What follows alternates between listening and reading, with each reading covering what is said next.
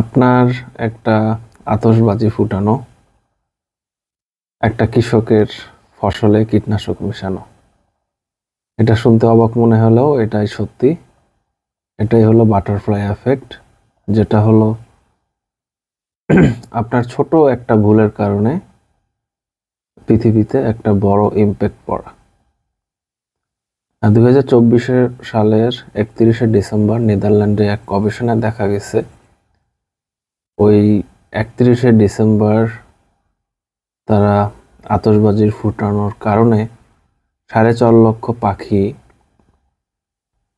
তাদের শহর থেকে বের হয়ে যায়, যারা নাকি আর ফেরত আসেনি ওই নির্দিষ্ট এলাকায়। এর একটা কারণ রয়েছে, সেটা হলো পাখিদের এই মস্তিষ্ক মানুষের মস্তিষ্কের মতো এত বড় না, খুবই ছোট। এই কারণে যখন কোনো আতশবাজি বা উচ্চ শব্দ হয় তখন তারা সেটা সতর্ক বাণী হিসাবে নেয় বা ট্রমাটাইজ হয়ে যায় সামটাইমস। তবে কিছু কিছু ক্ষেত্রে কবুতর বা চড়ুই পাখি এরা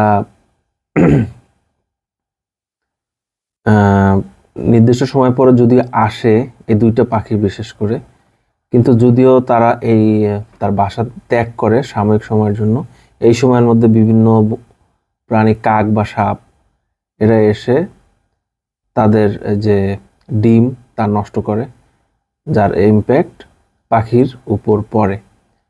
এখন ফসলের সাথে কানেকশনটা কীরকম, সেটা হলো একটা পাখি তার পরাগায়ন প্রক্রিয়া যেখানে খায়, তার আশেপাশের বীজ ফেলে পরাগায়নের মাধ্যমে বীজ থেকে গাছ হয়। এটা তো অবশ্যই সবাই কম বেশি আমরা জানি।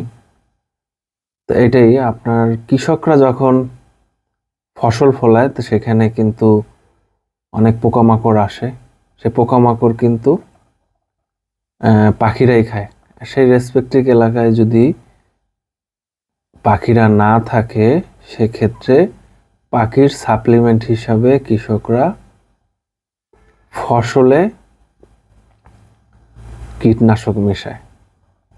দেখছেন, মানে এটাই হলো বাটারফ্লাই এফেক্ট, যে একটা ছোট একটা ভুলের কারণে প্রকৃতির ওপর মানে বিরাট একটা ইম্প্যাক্ট পড়া।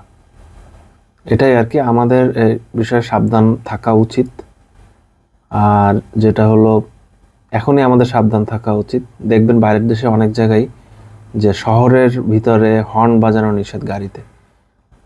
তা এখনই সাবধান হওয়া উচিত আমাদের সবার। এটাই আর কি।